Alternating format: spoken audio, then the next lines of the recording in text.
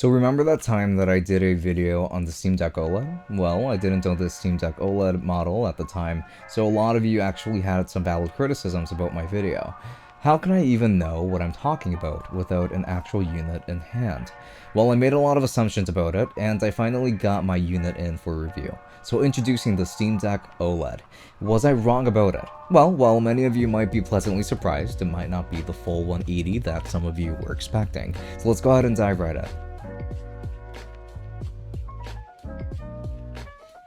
So let's start off with what separates this unit from the original Steam Deck, which I love so much that I decided to do a shell swap, analog stick swap, and even a storage boost to maximize it.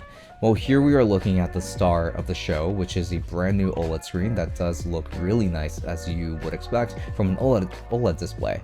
Not many people mention this, but I would consider the analog sticks to be a new change here, as they feel much different than last generation's offering with the new rubber caps and looser sticks.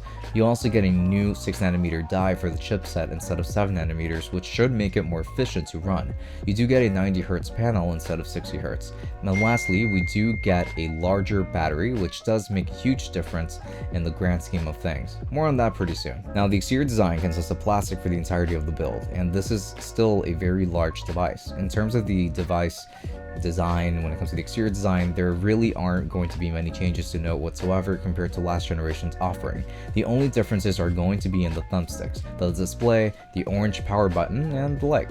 The exterior is really going to be just about the same, especially since this is more of a mid-generation cycle refresh rather than a full-on new model, which is what makes me not want to recommend this if you already own the Steam Deck model. And this is after extensive testing with this unit, so trust me that this time I got my bases covered. So regarding those thumbsticks, you do get a softer rubber to the caps that makes these grippier, and these still also feel more loose than the original Steam Decks, which to me is not really a good thing because I like having resistance to my sticks.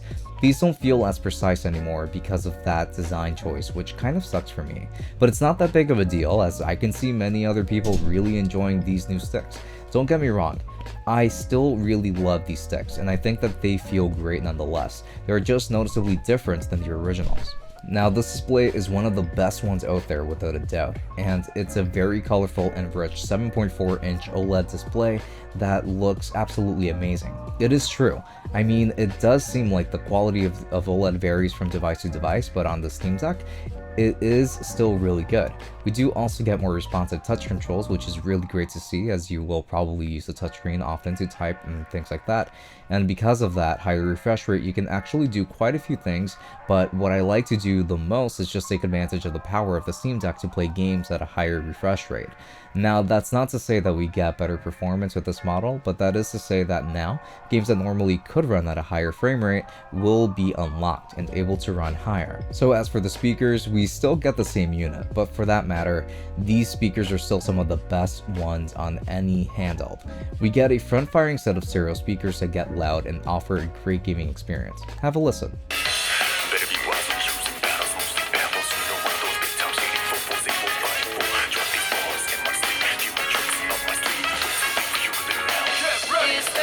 Now, in terms of specs, we've got a Zen 2 4-core and 8-thread CPU, 8 RDNA 2 CUs for the GPU, 16GB of RAM, 512GB of NVMe SSD storage, Wi-Fi 6E, and a 50Wh battery. These specs are still pretty great and haven't aged very much, as we will be able to verify that very soon. So I wanted to test out the display on this device with some games, to see if I would really love it. And honestly, yeah, I really think that this display on this device is really good.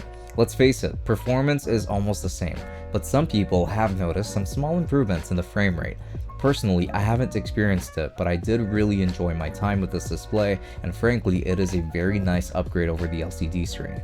Games look much better, and while the LCD screen on the original Steam Deck is still pretty good, the OLED model still puts it to shame because the screen is just that much better.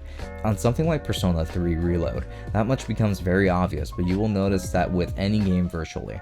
Even just while browsing the shop, you will see that the screen is really bright and really colorful. So yeah, playing games on the Steam Deck is a better experience because of that screen, that's without a doubt. So battery life is also very nice here. You get somewhere between 3 and 12 hours, which is a huge estimate, but it shows in a few ways. With the minimum of 3 hours, you do get an additional hour of playtime over the original Steam Deck.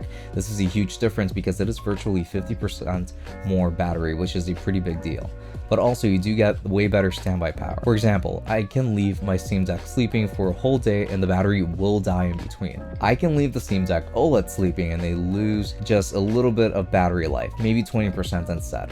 So I'm comfortable leaving my Steam Deck sleeping because it won't bleed out like the original LCD model does. So that's actually very impressive. So now what do I think about the Steam Deck OLED? I think it's really cool and I really love my model, but I paid for both of my Steam Decks and honestly I can't say that it felt good enough to hold an OLED and say that yes, it is worth a straight up upgrade, because it isn't, and it's not meant to be a straight up upgrade for those who already have an original Steam Deck. Honestly, my conclusion is mostly the same as before. Even if I love my OLED model more than I thought I would, if you already own a Steam Deck, then don't get the OLED unless you can sell your original Steam Deck and make most of your money back. But if you don't own a Steam Deck at all and wanted to get one, then the OLED model is an absolute no-brainer. You get a better screen, arguably more impressive thumbsticks, better battery life, and even slightly better performance for some things.